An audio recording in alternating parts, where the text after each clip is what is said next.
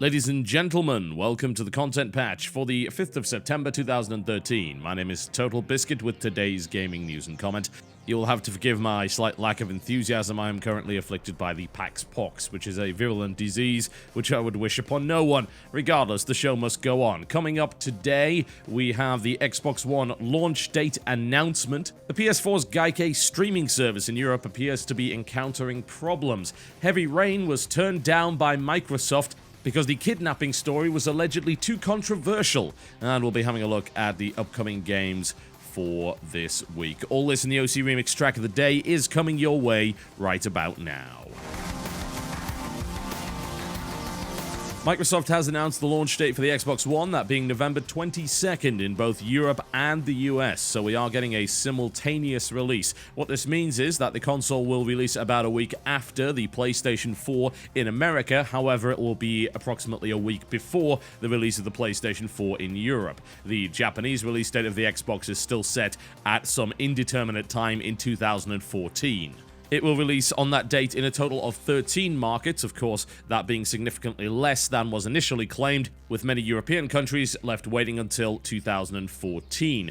November 22nd was in fact the Xbox 360's release date in 2005. That would be, of course, 8 years ago. They claim it is a lucky day for them, although anyone that bought the console on launch would probably disagree due to the very high failure rate of the initial batch of consoles.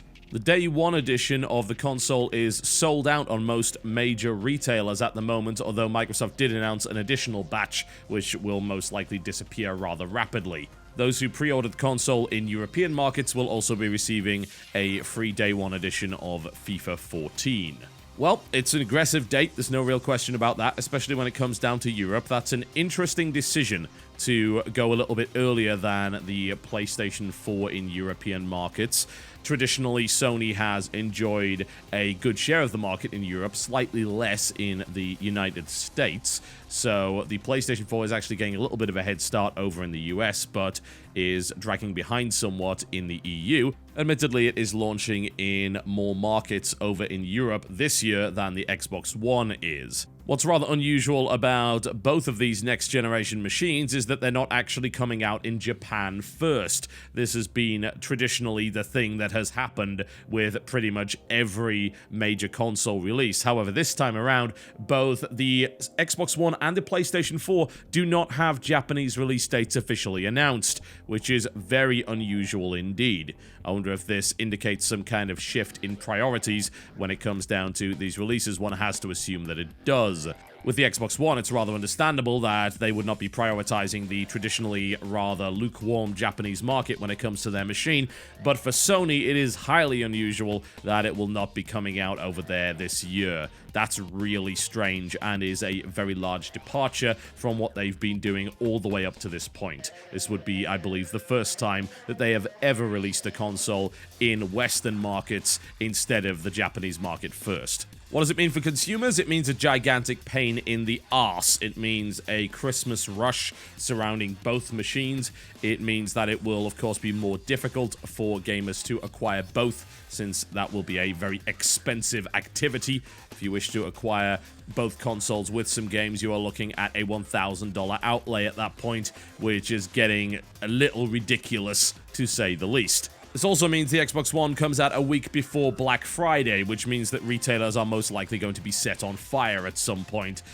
It is unlikely, of course, that the Xbox One will be included in any kind of Black Friday deals due to the massive loss of margin that would be expected, but it is entirely possible we may see a game or two heading in that general direction.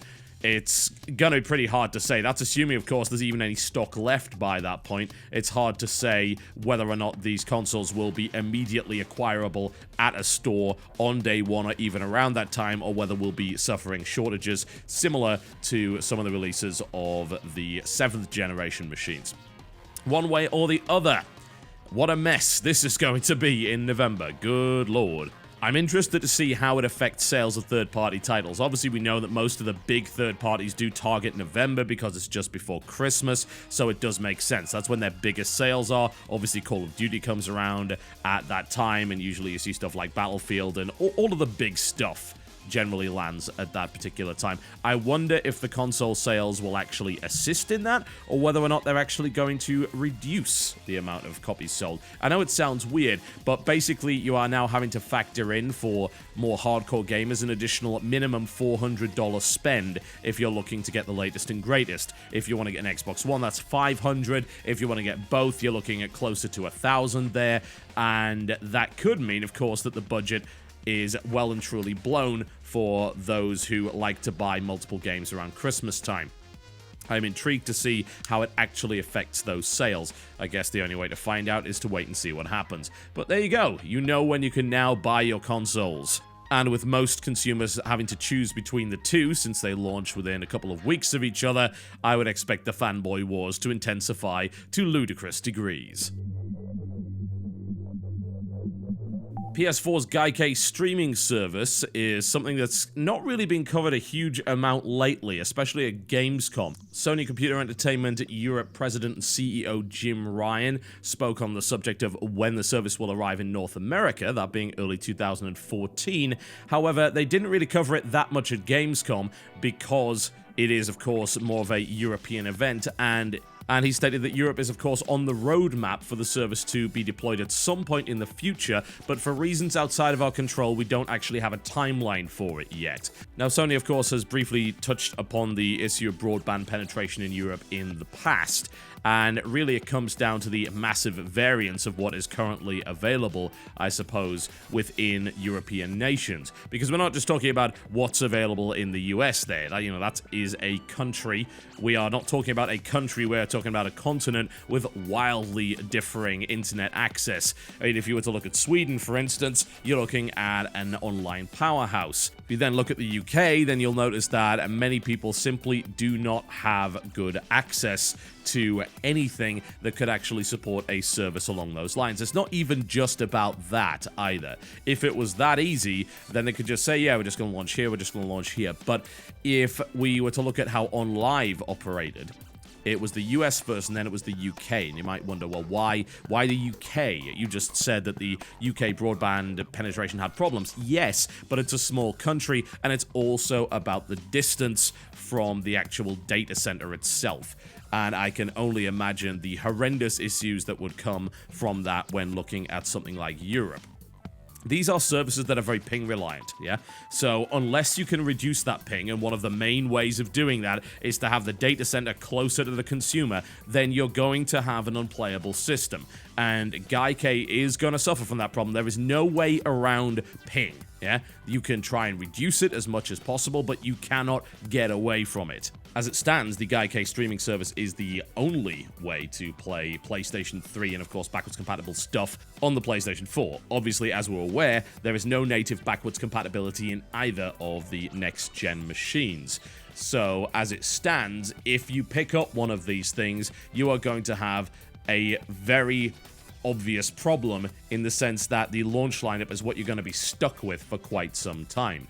You will have to hang on to your initial machine, and this backwards compatibility issue has been plaguing both consoles up to this point, with a lot of people saying, look, I don't really feel confident in purchasing this on day one, because traditionally launch lineups have been weak, and as a direct result, we often have to wait months for there to be something worth playing on the machine. Since I can't run my old stuff on it, why should I bother?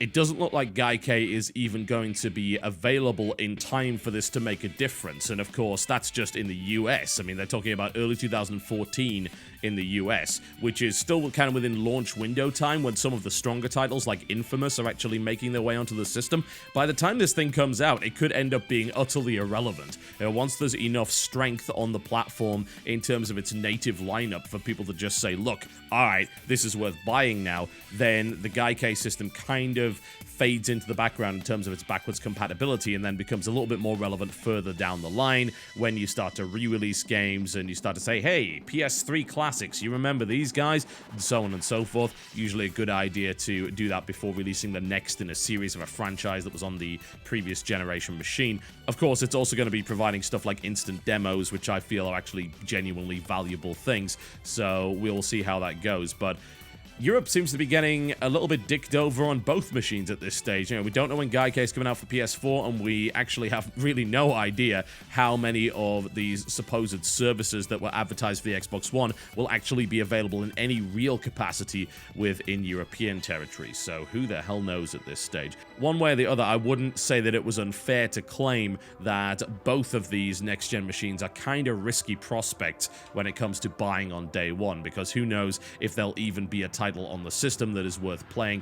It would seem that those who are looking to just grab an upgrade and a franchise title like, say, Call of Duty Ghosts will be the ones who are taking the least risks. If you're looking for original IP and launch lineup stuff, though, you may potentially end up getting kind of screwed there. So we'll see how that turns out.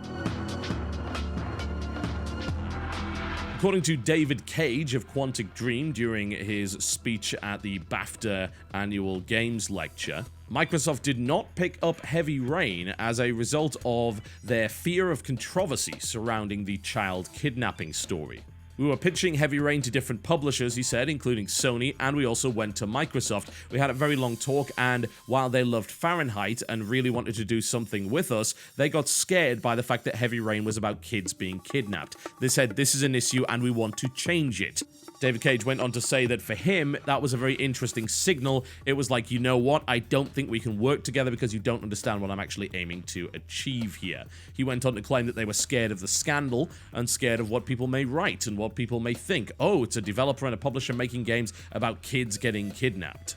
Well, it's interesting to hear about this because over the last few months we have heard similar problems with Apple specifically. I think they've been the biggest offenders. A lot of other publishers have really stayed quiet on the issue of more controversial content within video games. Apple has just flat out come out and said, look, we don't think games are the place for that kind of stuff, which naturally caused a bunch of consternation amongst people with a mental age of 8 or over. And now we look at Microsoft and say, oh wow, you really thought that a story about child kidnapping would not work out for your system. That would cause a lot of controversy. Well, as it turns out, of course, they were utterly wrong. Heavy Rain certainly did not cause controversy for that reason whatsoever. In fact, I'd say there was more controversy surrounding the nudity in the game as opposed to anything else, and even that wasn't actually a big deal whatsoever. So they definitely missed the boat on that one, considering the success of Heavy Rain and, of course, the follow-up Beyond Two Souls. Sony, of course, now has its claws firmly in the guys over at Quantic Dream, and that is going to be very valuable to them, I have no doubt. Beyond Two Souls is looking to be a very successful title with a lot of hype and a lot of marketing and, of course, consumer goodwill rolling behind it. These more grown-up experiences seem to be landing on the Sony consoles more and more. Another example, of course, being The Last of Us, which did not turn up on Sony systems at all. And if you were to combine that, of course, with things like Journey, you can kind of come to this conclusion that the more mature experiences and the games that have something to say generally end up landing on the PlayStation console as opposed to the Xbox One. We should, of course, be very careful about the idea of confirmation bias here. We can point at Microsoft and say, yeah, they're clearly always shying away from this kind of stuff, but you would be surprised as to how many of these particular titles do end up on Sony systems, and it does seem to fit with the Sony ideology. They have shown a willingness and an openness to go for things which are a little bit riskier, and also to go towards things which are aimed squarely at adults as opposed to teenagers or kids. That's been something they've just flat out been doing over the past few years. It's one of the reasons why they supported that game company as much as they did, and of course why Journey ended up being a PS4 exclusive. If you want to look on the flip side, you could also argue that Sony does seem to be focusing on story-driven content that kind of crosses the line in between games and movies. You think about Uncharted, for instance, with the massive focus on cinematic action to the point where a lot of it is super linear, super scripted, but a lot of people dig that kind of stuff. Last of Us has some similar issues there. You could even argue that something like Journey was a very linear directed experience, even if it didn't do it directly. It had a goal, which is get to that mountain over there, and there was a way of doing so, but you could go off the beaten path here and there. It is, however, hard to say that Sony is doing that more than Microsoft is. I think there's just a general shift in the industry right now that seems to believe that the big-budget cinematics, the big-budget scripted set-piece events, and, of course, big-name voice actors to the point, of course, where you have Ellen Page and William Dafoe, within Beyond Two Souls are the key to getting games taken more seriously as a narrative medium. I personally heartily disagree, and will continue to disagree until the end of bloody time, simply because I believe that games should be telling stories in their own unique way, not trying to ape existing forms of media. It simply doesn't work if you take that interactive element away from it. But hey, I could go on all day about that. Regardless, well, Sony missed the trick there. I have to wonder if there is any intention to take any more risks with the Xbox One. We haven't seen any big evidence of that as of yet when it comes down to these more mature titles. I guess we'll find out over the next couple of years what ends up happening there. And finally, let's round up what you can expect to be coming out this week. It's certainly not a huge week for releases compared to next week. There's an awful lot of stuff coming on there, but the biggest titles out this week would, of course, be Total War Rome 2. That actually came out a couple of days ago. You will be able to play that on Steam right now. Initial reports are that a lot of people are running into bugs and problems, which shouldn't surprise anyone. That's been every Creative Assembly title for the last, 6 years. I won't be covering the game on the channel due to the continuing Sega boycott, so please don't ask for it. Rayman Legends, that is out on a lot of platforms right now. Wii U, Xbox 360, PlayStation 3, PlayStation Vita, as well as PC. So that's not too shabby. That is getting really, really good reviews across the board, and I'm looking forward to taking a look at that over the next couple of weeks. One Piece Pirate Warriors 2 coming out to PlayStation 3. Some anime thing. Apparently, it's kind of like Dynasty Warriors, so I have been told. And unfortunately, if you were looking to get it on PlayStation Vita, it looks like you're not going to be having that because it seems to be Japanese only. Rather irritating for some people, no doubt. If you happen to be running on a console and you haven't played Diablo 3 yet, that is now available on PlayStation 3 and Xbox 360. Initial reports are good for that as well, some even claiming that the console version is better than the PC version due to certain changes or indeed certain omissions, such as the real money auction house from the title. The local co-op may very well be attractive to some people as well, something to bear in mind there. What else is coming your way? Well, you can get Atelier Maruru plus The Apprentice of Arland, if you so desire. That is something I can't really comment on too much. I can tell you that it is part of the Arland Alchemist trilogy, something I have most assuredly not played. It is a JRPG. The timed exclusivity on Brothers: A Tale of Two Sons was certainly short because it's now made its way to PC as well as PlayStation 3. This is one of these titles which is getting a hell of a lot of attention right now, so it may very well be worth looking into. I'm looking forward to checking it out. Currently, it's not even on the top 10 when it comes to Steam, which is extremely surprising. I'll have to have a look at it over the next couple of days and see what all the fuss is about there. Disney's Castle of Illusion, which is actually a port from the 3DS version, upscaled and HD just a little bit, coming to PC, Xbox, and PlayStation 3. Not a game that was particularly well received. So we'll see whether or not it ends up being any better on the larger consoles. Dead or Alive 5 Ultimate Edition is also available on PlayStation 3 this week, and PlayStation Vita receives the wonderful duo of Real Boxing, which was a mobile game ported to the system, and Kickbeat, a rhythm fighting game hybrid for PS3 and PlayStation Vita. Looking at the track list for that game, it looks like it would appeal ideally to 12-year-olds. What a wonderful combination of Marilyn Manson, Papa Roach, Cell Dweller, and possibly the worst Pendulum collab of all time, that being Self vs. Self with In Flames. Sorry, In Flames used to be good, like 3-4 albums ago. That's about it for the big releases, unless you're really into Trophy Hunter, which will of course be available on PlayStation 3. Thank God for that. It's Hunter's Trophy to America. Wondrous. The day is indeed saved. Alright folks, thank you very much for watching. I'd like to remind you, of course, that the next couple of weeks there'll be a lot of PAX content coming your way. It will be commentated at home. Yeah, this is not dev stuff. This is stuff I recorded there and I'm commentating later. So you will get those full impressions, the full honesty that you expect from this particular channel. So I hope you'll support it by watching it. That'll be very much appreciated. Before I go, I'd like to give you the OC Remix track of the day. That sounds like a particularly good idea. OC Remix's latest release is, in fact, a Pokemon EP by the name of the EVEP. It consists of a number of tracks. This one I like quite a bit. It is by Jake Snake 17 and Source X. It is a remix of the Battle vs. Gym Leader from Pokemon Blue, released in 1996 on the Game Boy. Yes, indeed. A lot of different genres mashed into this track, including drum and bass, industrial, dubstep, chiptune, and big beats. So please do enjoy this. You can download the entire EP for free in the description below this video. Thanks very much for watching, folks. I'll see you next time.